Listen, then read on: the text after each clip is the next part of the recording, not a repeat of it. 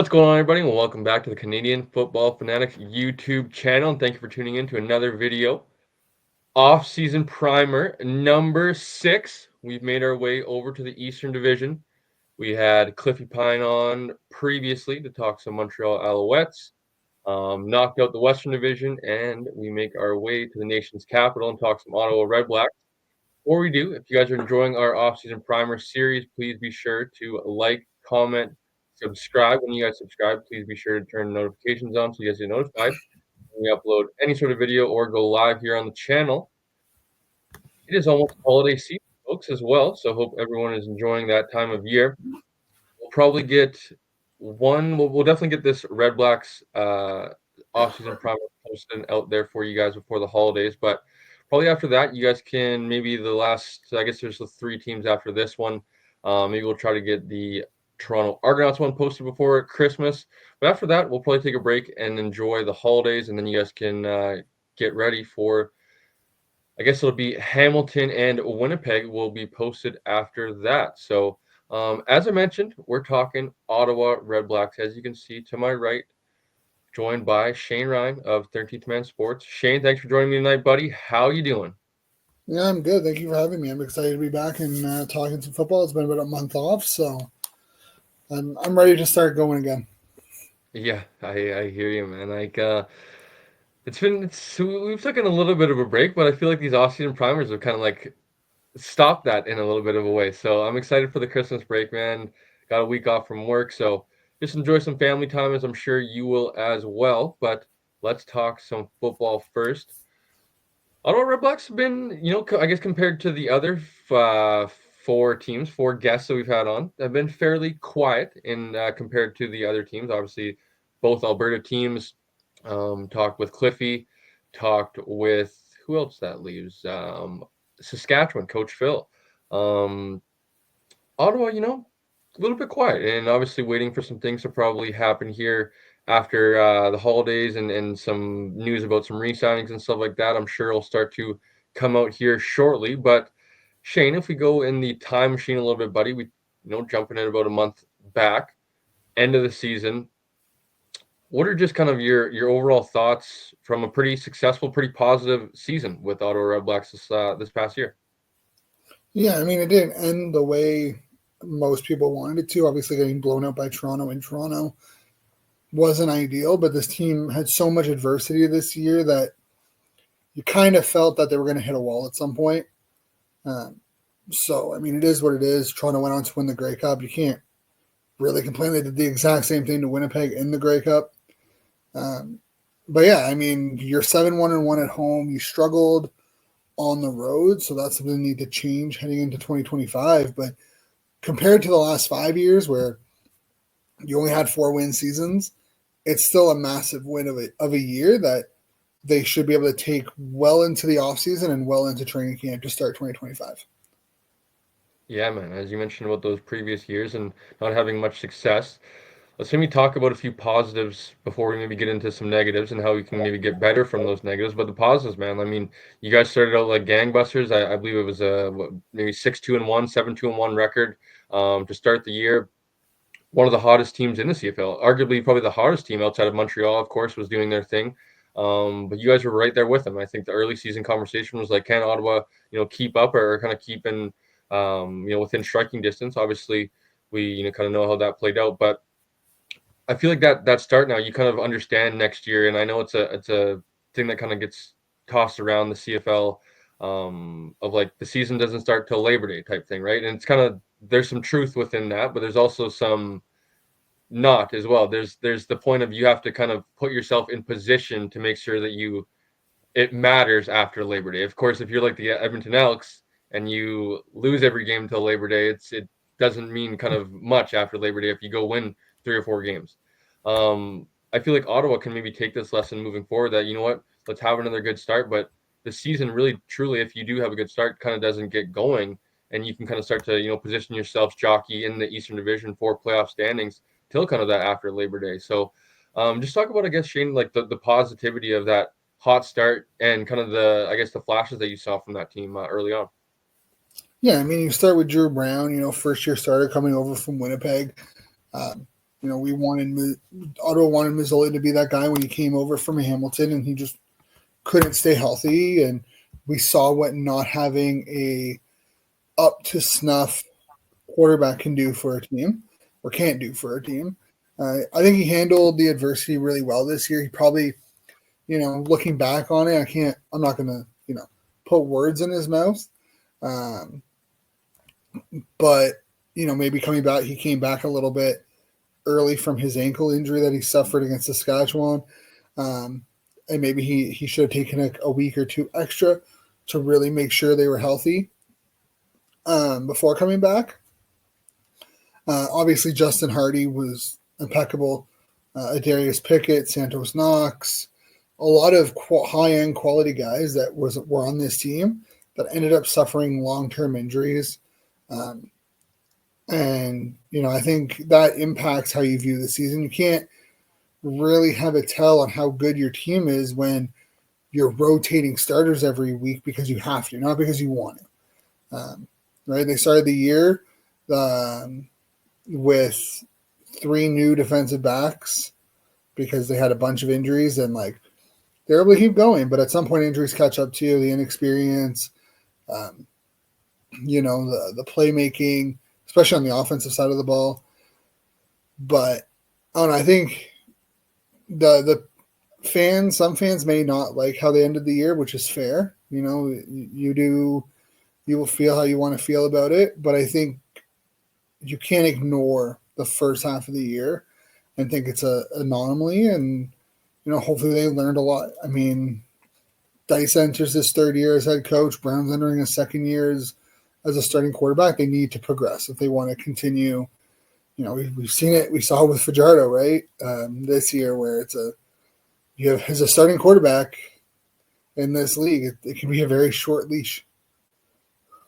It's a business, man. We've seen 2 quarterbacks, 2 proven quarterbacks, kind of be shown the door, for sure. So let's talk a little bit about the lowlights of last year's season. And obviously, you mentioned the injuries, the record post Labor Day. I believe there was a 4 or 5 game losing streak, and you could obviously not cop out, but you could obviously chalk up a lot of those losses to injuries, right? And a lot of those guys that you're trotting out there, especially on defense, right? I know we talked around a little weekly show group chat a lot of you being critical of the defense, but at the same time, it's like you also were like, man, like these guys are like 2nd and 3rd string guys that we're going down to now. So it's kind of a tough pill to tough hand to play, I guess. What do you got to say about those I guess lowlights from last year? And as well, I like that you said the adversity. I think this could also build them stronger going into next year. Yeah, I mean, every team goes through lowlights or highlights in a season, right? It's peaks and valleys. Even, and when you see teams don't go through those peaks or valleys come playoffs, they might struggle a little bit. But, I mean, the lows, I think there were some offensive lapses. Again, you can kind of pair those into some of the health issues that were had, not having like Ackland and Addison and Hardy at different points, having probably your breakout player of the year in Khalil Pimpleton get hurt, breaking his fingers and being out for like 8 weeks in the middle of the season. The situation with Armstead and having him being cut and losing that ability to run the ball, I think that's probably actually the low light of the year. I think if they go back, I don't necessarily think they don't make that move again, but I think what they do afterwards is changed. Maybe they go out and get a James Butler. Talking with some of the guys inside that team, there's a lot of confidence in Laybourne to be able to kind of keep that same or be close to that same level of production as Armstead, and they wanted to give him a chance to kind of play himself out of that spot. And we can talk about it being a bad decision or they waited too long before making a choice, but you can't go into a playoff game with Addison and Dedman as your running backs. Like it just you're not saw how much stress success. You saw how much stress it put on Dru Brown. I believe he had what, it was 60 attempts or something crazy like that, I think. Like, and again, I think this is kind of where newer GMs, because I believe this is Burke's first GM position. A lot of first time GMs, first team GMs, make these types of mistakes. But I think that's probably the biggest low light of 2024 was that whole situation and how it affected the rest of the team. But I don't know. I think outside of that, there wasn't really a lot. I think there's a lot of guys who came up, like Taylor, kind of playing the Mac and the Will linebacker at different points in the year. But once you lost Pickett, you didn't really have anyone else to kind of slot in there. You're playing a true DB who Williams has the potential to be a really good DB. But playing a Sam or your inside corner, however you want to call it, versus playing like your regular corner or halfback position, completely different situation. Money Hunter, great football player. He's not a safety. And when you don't have any of your three safeties, when you don't have a Dye, Howell, or Cranston available, he's playing out of position. Not every touchdown was his fault, but there were times where he was playing a little, and you can, maybe this is why Baron Miles was let go. Maybe, he had him playing a little bit closer to the line of scrimmage than he should, leaving too many one-on-ones on the outside, and they got burned. But yeah, I mean, overall, outside of the injuries, I think the injuries were probably the biggest issues, and you can't really control that, right? It's a shitty thing for sure. It's you're going to get hurt playing football. It's unfortunate. I think it's all about timing as well, and it probably plays a big part into the Armstead thing as well as the timing of when that happened. I believe it was after. I don't believe. I know it was after the touchdown Pacific, sideline incident or whatever. Yeah, after the whole, I believe he was very animated and emotional on the sideline. And after that game, he got cut. I think that was. I think he might have beat maybe Toronto the next week, and then kind of started to go on your slide there at the end of the year. But obviously, the quarterback position, we've had this conversation a lot, gets all the praise, whether he deserves it or not, and all the headlines more often than not. Let's talk about your QB1, Dru Brown. Had himself a pretty good first year. Obviously you mentioned the injury and maybe could have sat down for a little bit longer to try to get back to closer to 100%. But overall, just what are your thoughts on kind of his first year and playing pretty well? Yeah, I mean, he was third in passing yards with he had 39.59. He had 33,959 yards, 18 touchdowns to 10 interceptions. He made some mistakes. There were times where you're like, man, that was a bad throw. I think what hurt him during the season was not his inability to run, but his undesire to run. And there were a lot of times where you watch it back, and he has 7-8 yards in front of him before the next nearest defender. He could have just tucked it and ran. He decided to hold up and try to make a play by throwing it, and it just doesn't work out. Sometimes you just need to tuck and run, and I think hopefully he improves on that. He realizes that, and that's something we see an improvement on in 2025. But overall, I think he had a really good first year, minus the injury.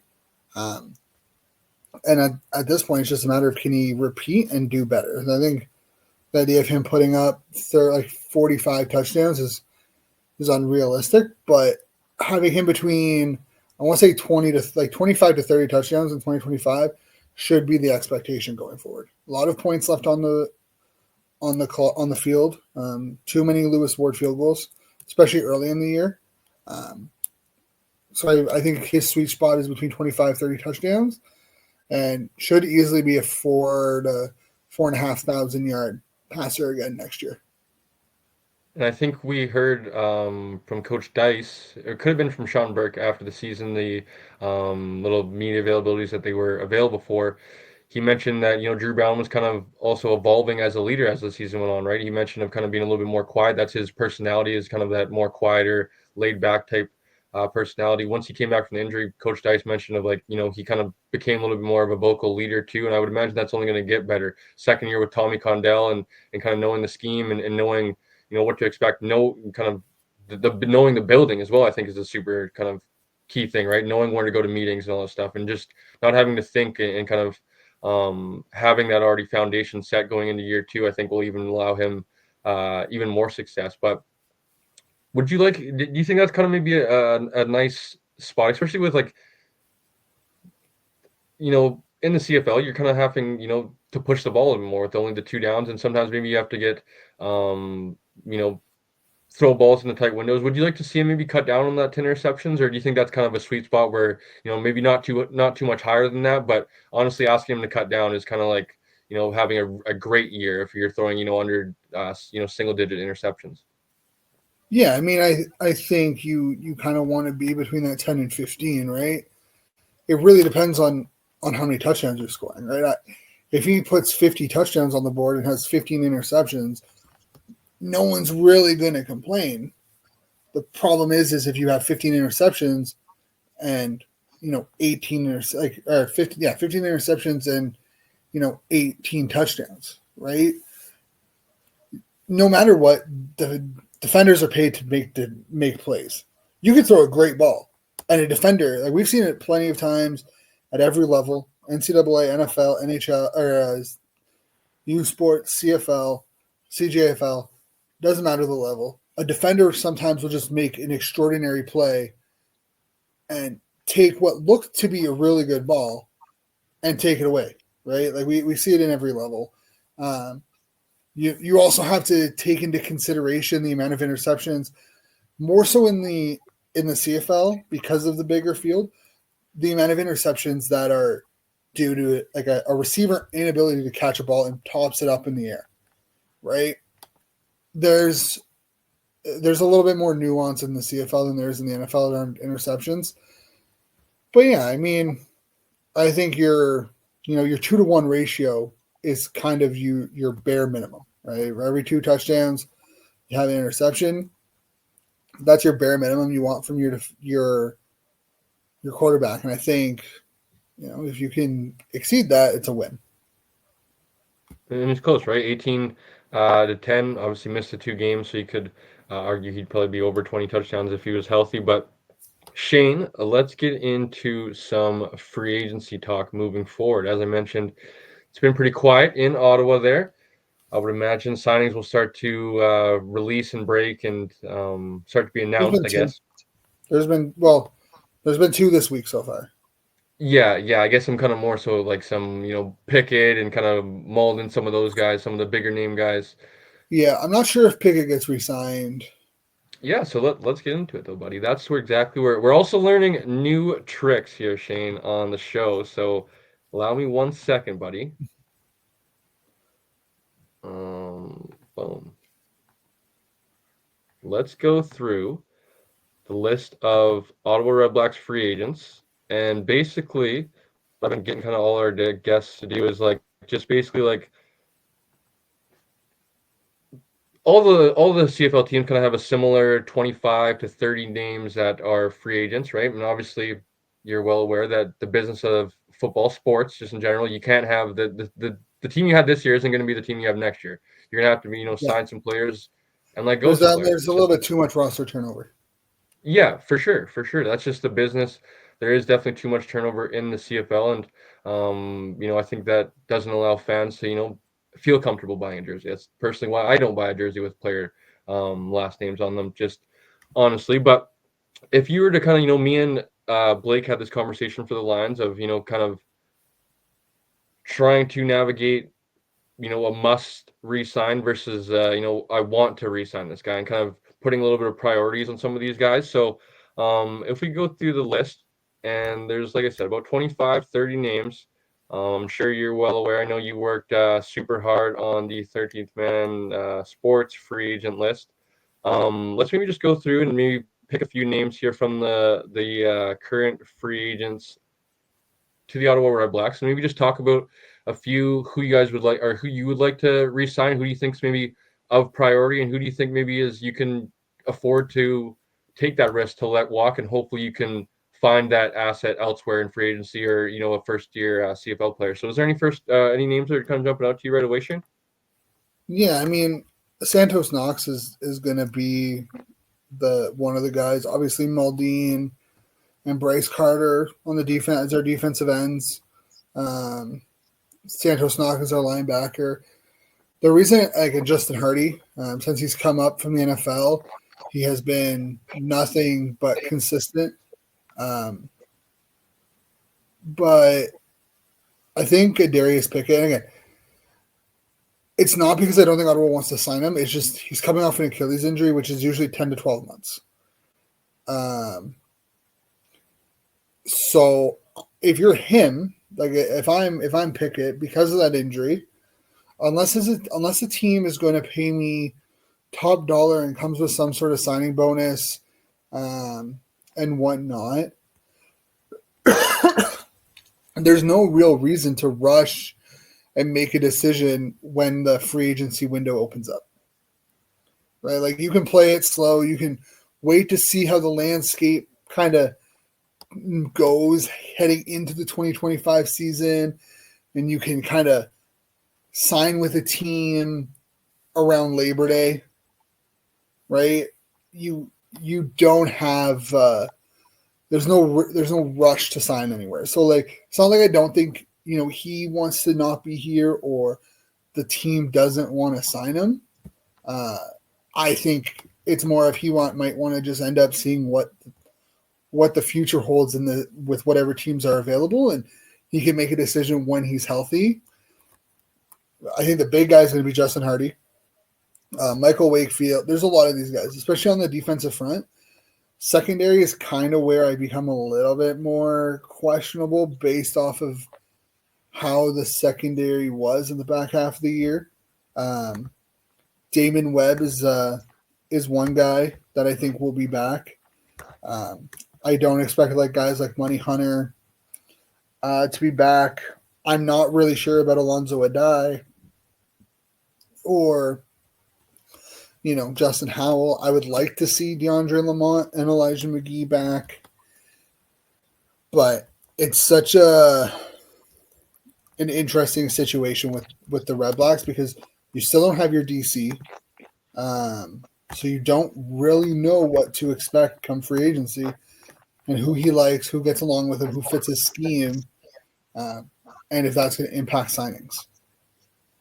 Yes, so one that I wanted to ask is kind of the balancing, I guess, the wanting to bring back all these guys up front with the, Jacob Ruby, Pelios, Dino Boyd, also on the up front there. Yeah, I mean, Pelios just signed a 2-year extension with the club. It was announced yesterday. So he's here through 2026, which is fantastic. He had a breakout season last year.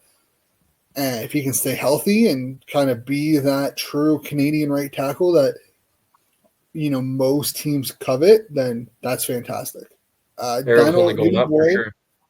I'm not really sure if Boyd is back. If they look at, there's not a lot of premium left tackles in this league.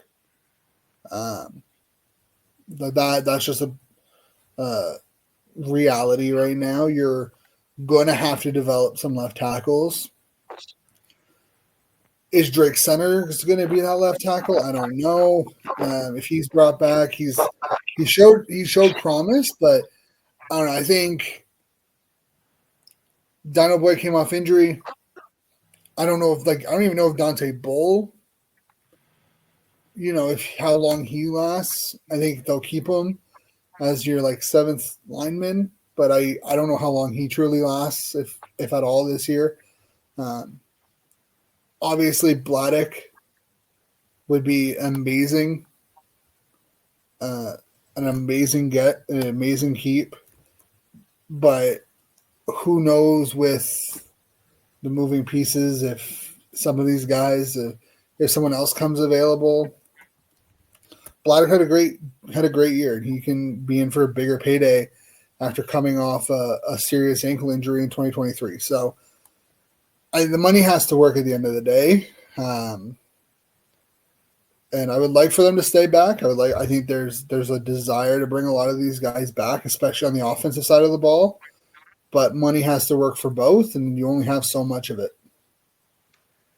Talk about the receiver position. I would think Justin Hardy's probably in that priority or top two or top of the list when it comes to priority and wanting to try to bring him back. But a guy like Braylon Addison, and obviously you already have a guy like Dominic Rams under contract.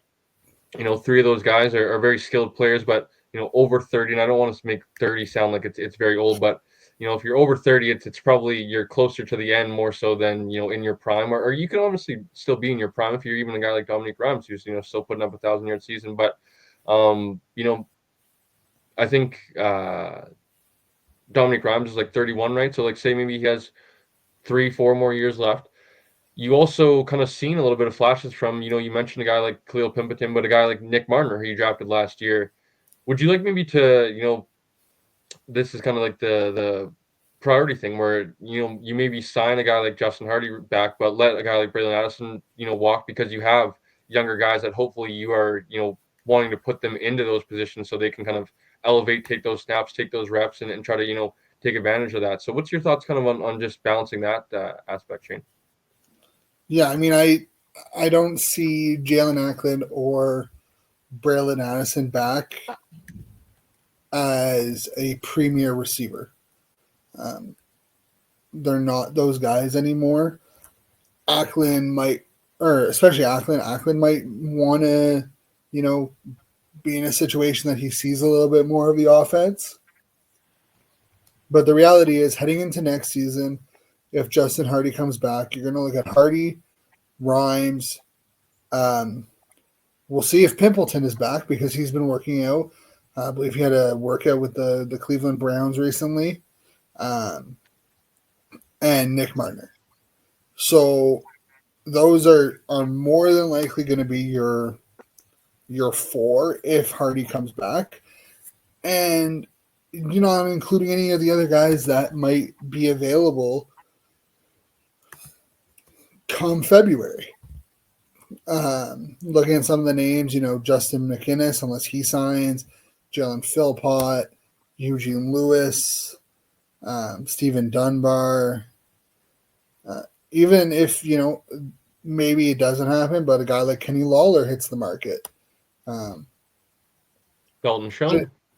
Or Dalton Schoen if he decides to hit the market after his injury. So, like, as much as I would like to see these guys back, and I think they would be a benefit to being back, keeping these guys on the roster right now doesn't provide a lot of wiggle room if you want to improve that position because of who's kind of already on the roster or already kind of some penciled into certain positions. So, Shane, let's talk, I guess, a little kind of direction here moving forward. We can maybe take this, I guess, as kind of like a more team approach, or you can even go as like kind of a deep approach them as units. But how do you think kind of the direction of the team now moves forward? Offensive side, you have your franchise quarterback in a sense, right? With who he's the guy. I would think Justin Hardy, Dominic Rams, Khalil Pimpleton, Nick Marner kind of going to be those guys that are skill position players. Need to add a little bit more pieces, in the trenches, running back. How confident are you moving forward, and kind of just what overall do you see, I guess, from an offensive perspective before we talk about, I guess, the defense kind of moving forward, and obviously both units are going to look, quite different come June when, players are signed and all that sort of stuff. I mean, you need a running back. I think that should be their prime target. If you're going to spend money, then you're not bringing back Justin Hardy. You need to bring in an elite runner because we've seen what this team can do with an elite running back. Now, how much you're willing to spend for that kind of premier running back is up to management, but we saw Toronto have success with Carey. even Montreal was having success as like a duo, um, but like Fletcher and Sean Thomas Ellington are no slouches. Obviously, Standback in BC, is he going to be? I assume he's still under contract. I can't remember. He's a free Um, agent. he's a free agent, so if he's available. I, Um, I'm honestly putting him in a Calgary Stampeders jersey. I think, but that's just me. I think he'll follow VA, but yeah, but Kadeem Carey again, also another guy who is a free agent, yeah, but I think my eyes on James Butler personally. I think he's a guy that kind of fits the offensive scheme that Ottawa has, and we've seen what he can do under Tommy Condell's system. Um, and I'm curious on what type of,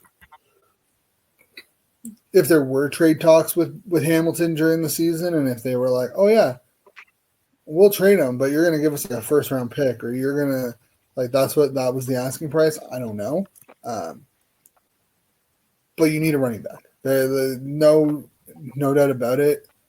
For this team to be successful, they need a quality running back, and there's not going to be a lot available, and you're going to have to spend money. You just have to make sure you're spending the right money.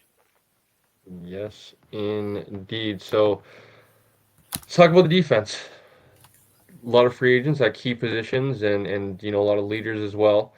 You also mentioned the big. I think there was there was a few rumored names. I know we were also talking about Rick Campbell. I think what was it? William Fields. I think was kind of in a few names that were mentioned as defensive coordinators.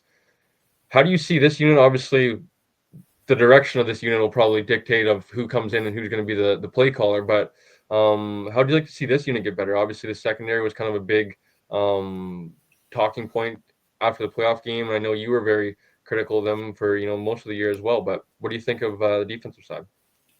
Yeah, I mean, Don Brennan, who I've had the pleasure of getting to know this year, he put out an article saying that Fields will be the new DC for the Red Blacks. No confirmation, and as we've seen with Monson, who shortly after the Grey Cup was expected to go to Toronto, is now officially with Hamilton. Unless they've signed on the dotted line, anything is possible. But it's important. Um, Players in this league like to play for coaches they've had success with. We've seen it, and with Corey Mace going to Saskatchewan. Um, Toronto secondary is no slouch. You have, let's say Fields is the guy for Ottawa. You look at some of the pending free agents and like Tunde Adeleke, Deshaun Amos, Tarvarius McFadden, Royce Mechie.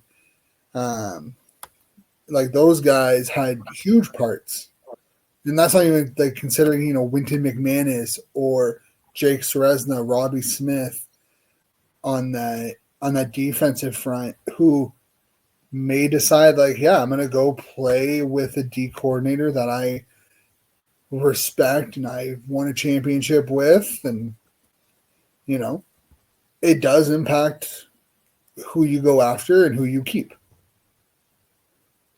Absolutely, it does. Absolutely, it does.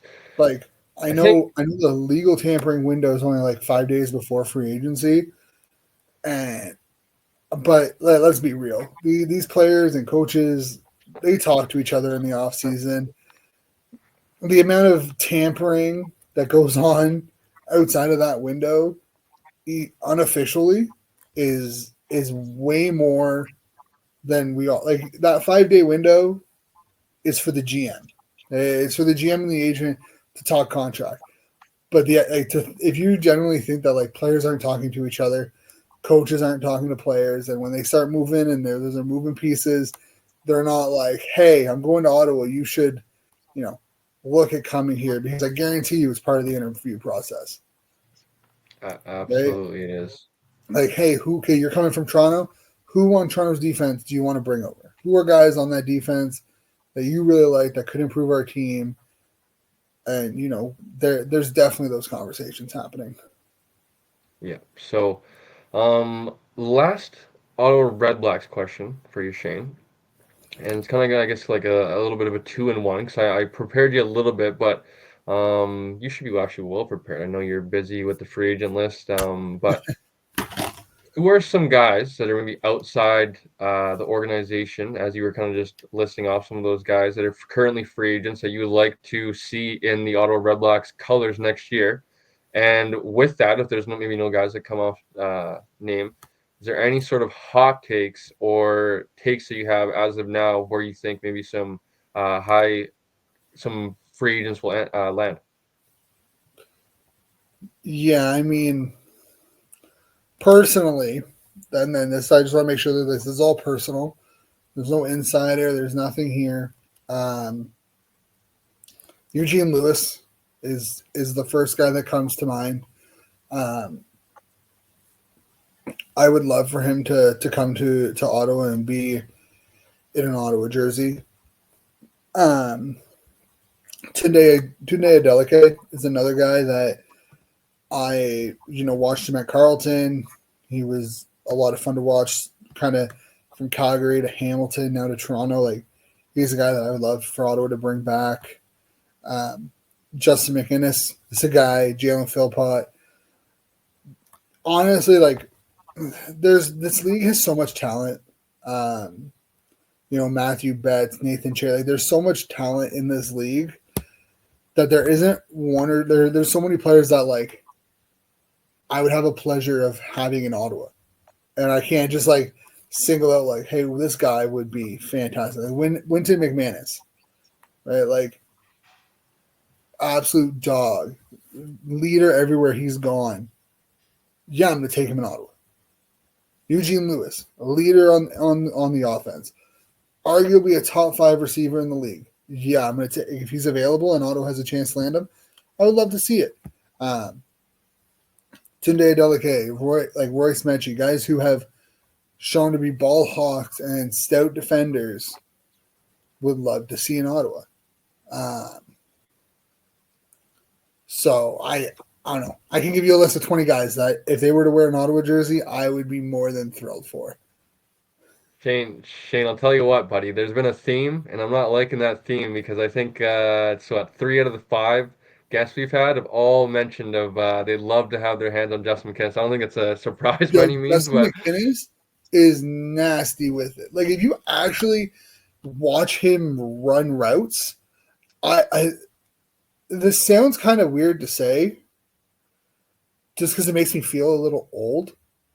Um, Watching him run routes reminds me of watching like Weston Dressler or um, Jamel Richardson running routes in like the late 2000s, early 2010s. He's just so like smooth with it. It's ridiculous. Like he just puts in no effort and he's 50 yards downfield open. And you're like, how the hell? And then they replay and you're like, how the hell did you get open? Like he's just so smooth with his routes. It's crazy. I don't like the sounds of all these organizations having their eyes on Justin McCann. So I'd love for him to stay in the orange and black, but let's hope that Ryan McMahon's busy right now. Hopefully, Hey, it just means that if that's a lot of money, right? He's yeah, going to be a well-paid individual. yep, very true. Let's get to. Actually, I guess I will leave it open for you, buddy. Any final thoughts in terms of Ottawa Redblacks off-season primer? Um, Sorry, I missed the question.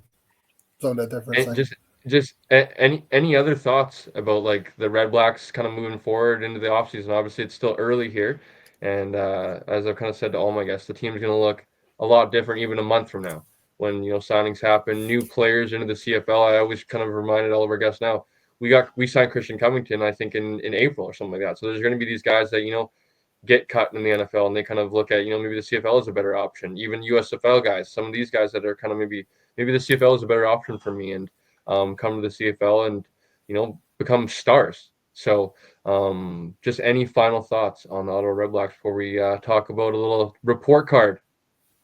Yeah, I'm excited to talk about the report cards.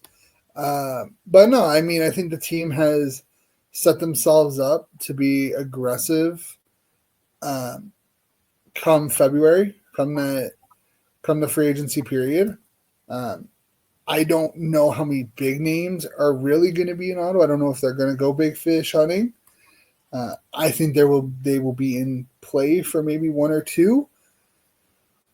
But I think they really like their team from last year. They will try their best to keep as much of last year's team intact. I think there will be upgrades or, replacements based off of who's brought in on DC. But yeah, I don't know. I think if you're an Ottawa fan right now, don't worry too much because a lot happens in the new year. A lot will happen after Christmas. Guys like Maldine and Carter and whatnot, like those will happen after Christmas. And I guarantee you, they're kind of waiting to see what happens with their DC. I feel pretty confident saying that the moves will happen once the DC is officially finalized. I know you're a big fan of the CFL transaction wire. A lot of these teams, obviously, it doesn't happen too often, but like signings will kind of go very quietly too, right? Sometimes the team will sign a guy and won't maybe announce it, right? So there could already be, verbal agreements to some of these guys coming back in Ottawa, and they just don't want to announce it, like you said, to the new year, stuff like that, until it gets a little closer to the free agency period. But let's turn away from the Ottawa Redblacks for a little bit. Let's talk some CFLPA report cards, which we got this morning, actually, Shane, while I was at work. I think we can actually use this once again. So we might as well, Shane. Why not, right? Use technology, buddy. Yeah. Let's talk about the CFLPA club report cards that were released this morning. And obviously, if you're a Lions fan, they weren't great. But That's a slap in the face. yeah, but before we get to the negative, I think we should talk about the positive, Shane, because I think this is a very cool thing that the CFL should continue to do moving forward. Because if you are somebody in the BC Lions organization, a la Anwar Doman, I would imagine that he's probably pretty embarrassed right now because of obviously the grades and how the players feel, right? This is kind of an indictment on the organization and stuff that needs to change. And obviously, a lot of this stuff is kind of known, right? The facilities and stuff like that haven't been great for many years in BC and stuff like that. But it also doesn't, I feel like this isn't maybe putting their feet to the fire with something like this where it's maybe public, but it's kind of been known for a long time that BC's organization is kind of needed to, upgrade some facilities and stuff like that. Calgary is another one, Edmonton, obviously. But overall, Shane, just what were your kind of thoughts this morning when we've been waiting? I know CFLPA kind of announced and teased that they would be releasing this morning, and just what were your overall thoughts when they got announced and finally released? I mean, there were some shockers. I'm not going to lie. I didn't expect BC or like BC to be as bad as they were. Based off some of the comments coming out of like former Stampeders, it kind of made me feel like we were going to get a pretty bad score for the Stamps. And then, Hamilton did really well. Hamilton and Saskatchewan are easily the two best teams. Hamilton is arguably the best team. I think there's a lack of trust within their football ops, which isn't overly shocking based off of how that organization is right now. But you look across there's the equipment, a lot of A's and B's, a couple of only 3 C's, which is really good.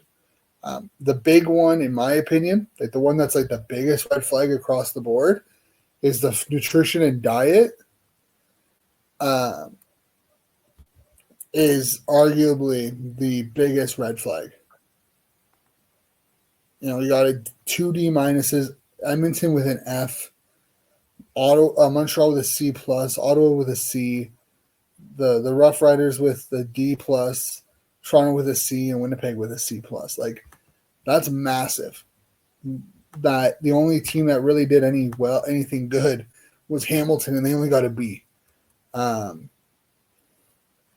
So that's probably the biggest takeaway was the nutrition and diet. To just talk about that a little bit more, Shane, in the three down uh, article of the ex Argo ex Stampeders players, excuse me, kind of saying their piece of the Stampeders organization, they mentioned of like I think they got like they said like cereal and bagels or whatever in the Stampeders organization for breakfast, of how huge that is for these professional athletes to be getting like first class nutrition, diet, that when they come to the building, they shouldn't have to leave the building to go get food. They should just have it available for them. If they're there from 8 o'clock till 4, if from there from 8 till noon, whatever it may be. Having something like this is huge for when it comes to, I feel like, recruiting and stuff like that, and kind of using that as a tool of like, you come to our organization, you're going to be treated like a professional athlete. You're going to have the best available to you, but definitely a concern when it comes to like all the organizations kind of struggling in that department for sure. Yeah, and I mean, I'm all like looking at it, it's like, players like obviously some players are going to find food and nutrition, a bigger one. But you look at some of the comments, like Montreal, for example. Meals are provided during the week and away games. However, players pay for home game, post game meals. Yeah, that's crazy. Food is provided on practice days, but are counted as a taxable benefit on our paycheck. So players are paying a modest amount for meals provided. Active players at home games contribute about $20 for everyone to get a meal post game. Like, That's crazy. yeah, and like training room and meals could be a lot better. Some of these facilities, yeah, we kind of understood, you know, the fact that these weren't going to be some great comments. You have like comments like, I feel compromised when I'm injured and I always have to utilize a second opinion. I also have to go to another location to complete treatments because we do not have any modalities outside of a 20-year-old ultrasound machine.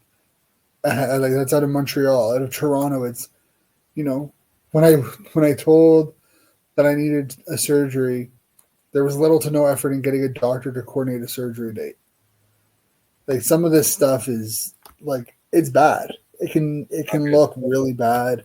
Winnipeg obviously travel's a big one. Um, But even like how families treated, like that's a huge one as well. Like some of these guys are like first time in the country, right? And their families away from home and stuff like that. If their family isn't treated well, I think that's kind of another one that's like that's an indictment on the yeah, like organization. I don't want to pick on Montreal, but they've had the one that had the most comments. It's like on game day, there's a small room provided for families. However, it is tucked away with no amenities or even TVs to watch the game. Um, you know, there like there's it's really the only one regarding family. Um, I think the bad like the funny one, and I don't want to say funny as in bad. It's just as Edmonton, where one of the comments is need better food for practice and after the game. Cold pizza isn't good enough.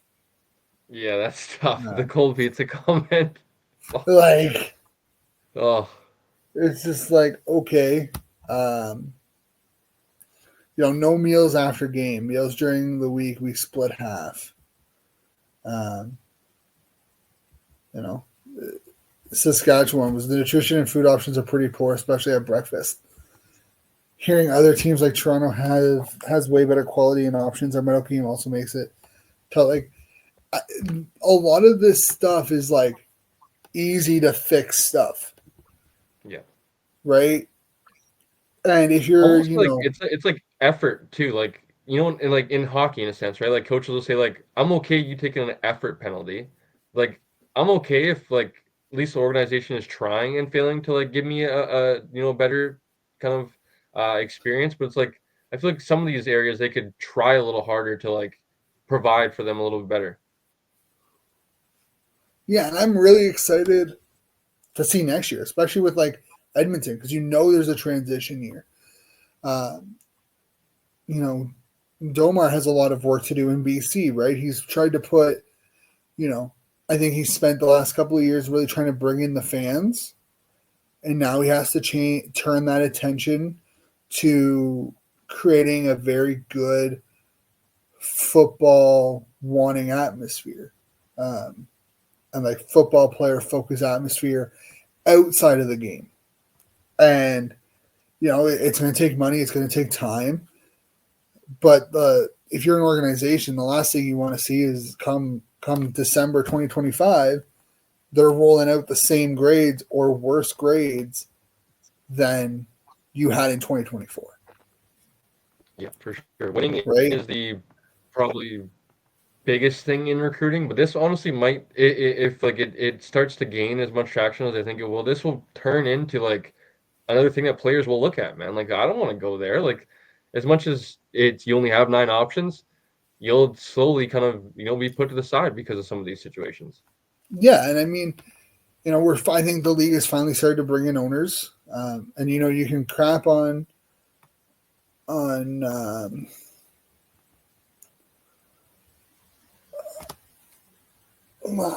am I blanking on his name?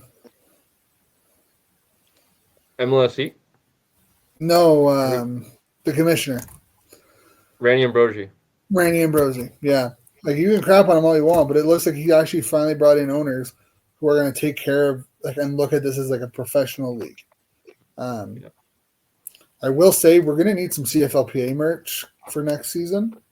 Just saying, they have some really nice stuff between them and Royal Retros, so we need to coordinate that.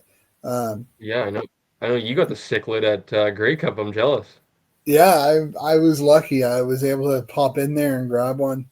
Um, but yeah, it's just these report cards are very interesting. I would love. I'm hoping that maybe they roll this out as like a mid-season report card too. Yeah.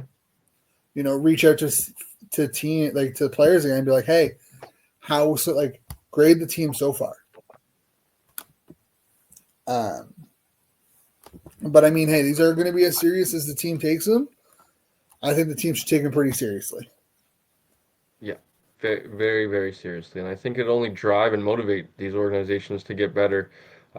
Personally, I think this is only good thing for the CFL to have something like this to be public information for not only us fans but players to kind of understand, families to understand like what these organizations are providing for these first class athletes and should be providing because they are professional athletes and they should be treated as such in some of these organizations with you know some of the organizations, it's kind of Saskatchewan's. I know not surprising to see them because of the assets and resources they put back into their team. But seeing a team like Hamilton is a nice, pleasant surprise to see them kind of towards the top or at the top of these report card gradings. But moving forward, I agree that I would like to see it maybe as a mid-season report card or whatever they want to do it. But if they're going to do it once a year, great. If they do it more, I think it would be even better for the CFL and to drive this league forward. Although it looks bad and it's a black eye for a week, 2 weeks till next year, this is a good thing for the CFL to continue to drive it, to continue to get better, and to push it to push their organizations to be better. And as you said, Randy Ambrosi, if gets a lot of crap and stuff like that, if there is one kind of silver lining here, as he's kind of went out the last few years, getting stable ownership into some of these franchises moving forward, I would think hopefully, speaking from a BC perspective, I would really hope that next year these grades look a lot better for BC, and I would think that and hope that he's going to take a lot of pride into changing that going forward. But we will see because it's a lot of work to be done in BC. There's not only the facility needs upgrading, but just a lot of other stuff got graded not so well as well. With training camp, I think was a surprising one with that me and Blake mentioned of. It sounded like a lot of players from just hearing past experiences kind of enjoyed their time up in Kamloops, but obviously judging by the grade, a lot of people would maybe prefer to stay closer to the Vancouver area and not be put into a college dorm and stuff like that. So I think it's something that should be interesting that the Lions organization should look into something like that. Maybe they don't have to go up to Kamloops every year. Maybe it can be a rotational thing where they go around the province and then Kamloops is every 4 or 5 years, something like that. So this will make the CFL better going forward, and it's a great thing. So just good job with the CFLPA and continuing to grow the CFL.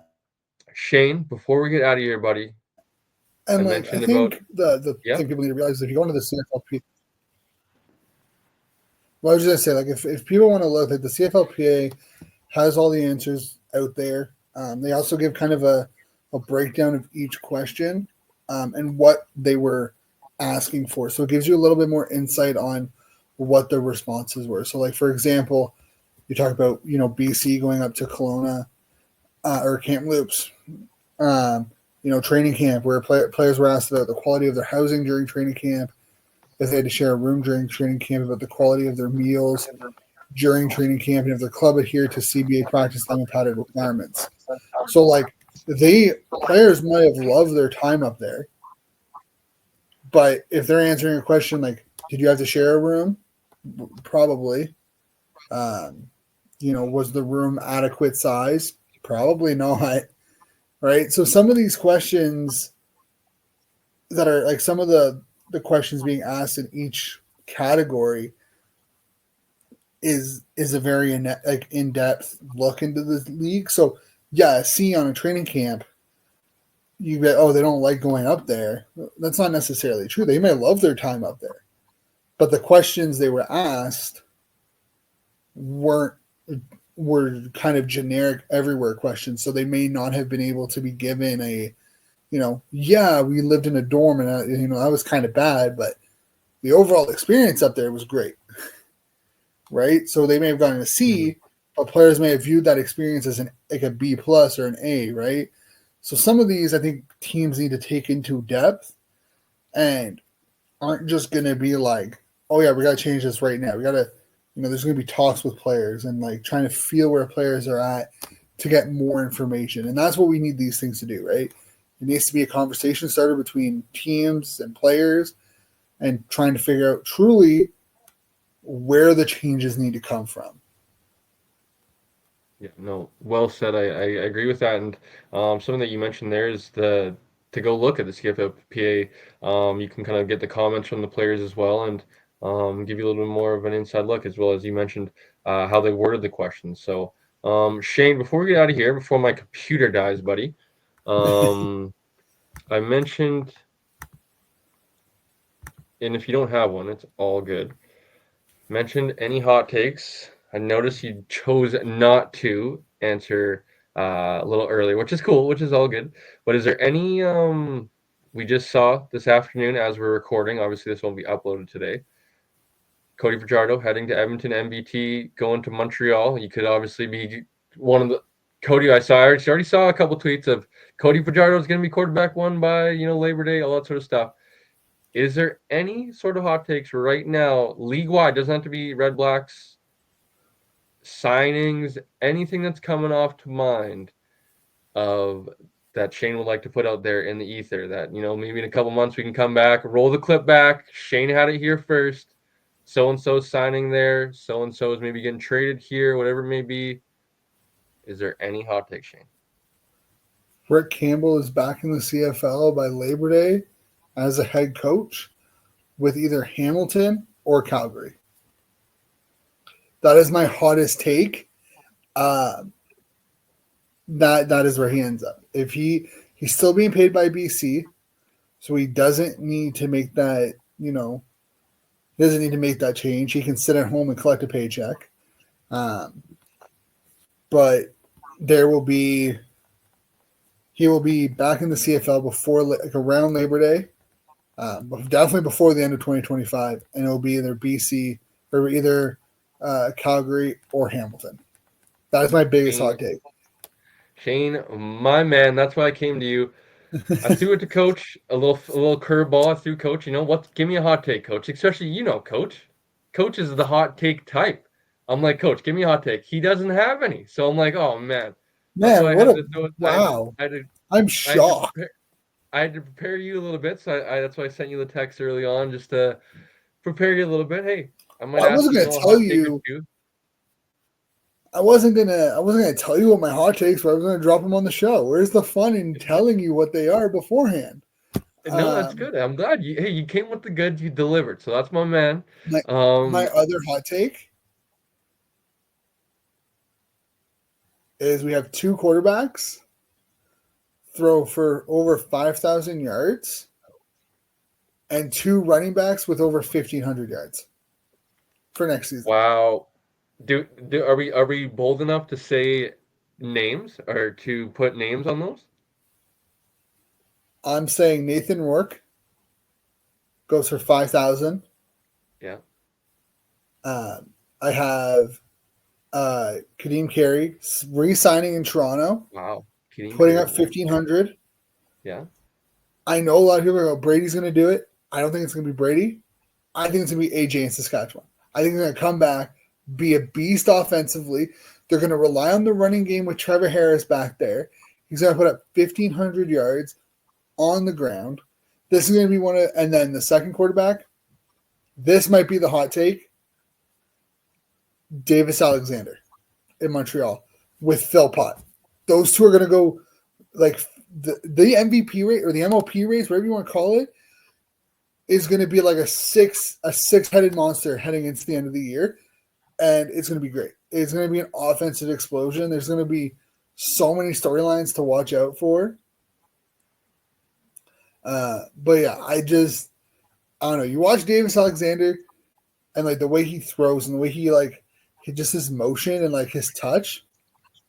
A full season, a full training camp as QB1 with a Mac and a Phil Pott and hopefully maybe another Phil Pott. Cole Speaker on a contract. Yeah, like maybe he goes. But yeah, I think next year you're gonna have 2 5,000 yard passers, which isn't out of the norm in the CFL. And you're gonna have 2 1,500 yard rushers. My man, Shane, coming with the goddamn goods. When I ask, he delivers. My Hey man, man, Shane. I love myself some good hot takes. I love it. Well, I love also when we can, have a platform like this. We fast forward 7, 8 months. Rick Campbell's getting hired. We're like, who the hell had this first? Shane freaking Ryan had this first, or Kadeem Carey runs for 1,500, whatever it may be. Nathan Rourke, Davis Alexander throws for 5,000. We roll the clip back.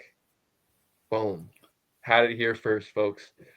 And Shane, buddy, that was fun. Hour talking some ball once again. Back in the saddle. I always enjoy talking. We had Cliffy on Friday night. I was talking about, this is as good as it gets, I guess, for off-season Friday night football. This is as good as it gets for off-season Tuesday night football, man. So I appreciate you, number I'm one. gonna sprinkle it in there. Taylor Ejima Yeah. is going to go first. Is going to go first overall because I think Calgary is fine with PJ and VA. Yeah. Even though I think he should go first overall. I think he's the first quarterback drafted. He's going no later than 5th, and he will be a starter in 3 years. Oh, buddy, are we gonna have? Honestly, that's what I'm pretty excited for. I'm stoked for free agency as well. I am so excited for draft time, man. The Mock 2025 draft draft. season. Mock Oh draft man, season. I can't Oh, wait. The it's gonna be a good combine. time. Yeah. I cannot wait for the combine to come to Ottawa. Is it in Ottawa this year? No, it's in Regina this year, but I'm hoping it comes for 2026 in Ottawa. I was gonna say, man, big jealous if it was in Ottawa. If it That comes would to be Ottawa in the next if it comes to Ottawa, I am going to be at every day. yeah, would just be such a cool event to be at and cover, and just would definitely be geeking out for sure. But it just kind of that brings me so much excitement as well because we had this talk on the show a bunch, but like the blues of the off season, but like the excitement of like building into next year of like going through free agency and draft and combine season, and then Oh boom, it'll man, be. I'm getting ready. I'm going to have content going out weekly. I cannot wait. Yes, boom. It'll be freaking April, May, and then we'll be, preseason football. Speaking of content, I see actually down below. I didn't know if we can maybe talk about it, or officially talk about it. Maybe tell the people of what if you don't want to talk about it yet, we can wait. But I saw that I just actually saw, honestly, as I kind of was It's reading not. 13th Team football. I haven't officially. We haven't officially announced it, but Okay, well, we'll save it for another day. But anyways, tell the people Shane, of maybe what you got going on. I know it's Christmas time, so people are enjoying family time and whatnot, but tell the people where they can find you and 13th Man Sports for now. Yeah, so starting in the new year, obviously we're gonna kick off. Obviously, holidays is very busy for a lot of people, myself included, because I work retail. So in the new year, though, we will be coming out. We will be going back to our roots. We've had a couple of creators and leave and whatnot, so things have been a little bit hectic. But we'll be going back to our roots. 13th Man Football will be coming back. The first episode will be dropping middle of January. Um, the first two guests are already lined up. Got a current CFL media member and a former CFL player lined up. I'm excited for it. I'm excited to go back to making content. And it's going to be hopefully a weekly thing, where it's not going to be live, but it will be podcast and YouTube. So yeah, I'm excited to get going. But definitely stay tuned to our Instagram and Twitter pages over the next couple of weeks as we start to kind of roll things out. Awesome, buddy. I am looking forward to it. Looking forward to collaborating. I'm sure we're going to collaborate a ton. Oh, And continue. I plan on being back on CFF, so Oh, of course, of you course, don't of have to worry course. about that. Of course, and continuing to build both our platforms. And I think you and I are both on the same page, man. Both, former players of just kind of like wanting to leave the game in a better place than, where we entered it or where we found it, and kind of continuing to give these players like a shine and a spotlight of like these guys are some of the best football players in the world and they deserve to be treated as such and be talked as such. So I'm super excited. This is off-season primer. Number 6, folks. 6 down, 3 to go. We'll go 3, 2, 1, and take number 2. All right, folks. Post technical difficulties, I apologize. Laptop definitely died. We tried to Pretty make good, it. bud. My bad, because I was on the couch earlier after work and I was trying to just put in do a little bit of last minute notes and preparing for the show. Left my charger on the couch or in the living room, so that is on me. My bad. But as I was saying, if you guys enjoyed, like, comment, subscribe. Off-season primer number 6. Last few remaining. We'll upload maybe one more. We'll upload with Ben Grant, host of X's and Argos, color analyst for the Argos. We'll definitely upload with him. We got about 8 days before Christmas. Upload with Shane, obviously, and then you guys can probably expect the Ticats Bombers one after the holidays, before New Year's. Excuse me. And Shane, that probably leaves me for one last reminder. As I mentioned, like, comment, subscribe. Don't only like, comment, subscribe over here on our channel. Go over there. Is it 13th Man Football now on 13th Man Sports still. Sports? And what about the YouTube channel? What's that going to be? Same. It's going to be right now. It's all 13th Man Sports. Okay. There will be posts on our Twitter page and our Instagram and whatnot as things change over. That'll probably be early in the new year as we kind of get things settled. Well, what we'll do right now is we'll just put the links to Shane's channel in the description below. So go over there, support, subscribe. Most importantly, subscribe, people, because we have the numbers. Well, at least I have the numbers. I'm sure Shane will have it once he starts putting out content. It's like 75% of people that aren't subscribed to the channel. We need those loyal subscribers. So continue to subscribe. Support is greatly appreciated. Shane, buddy, thank you so much. I appreciate it. Hopefully we'll talk soon. I'm sure we'll talk free agency, and we'll definitely talk draft season for sure, buddy. So take care. Happy. You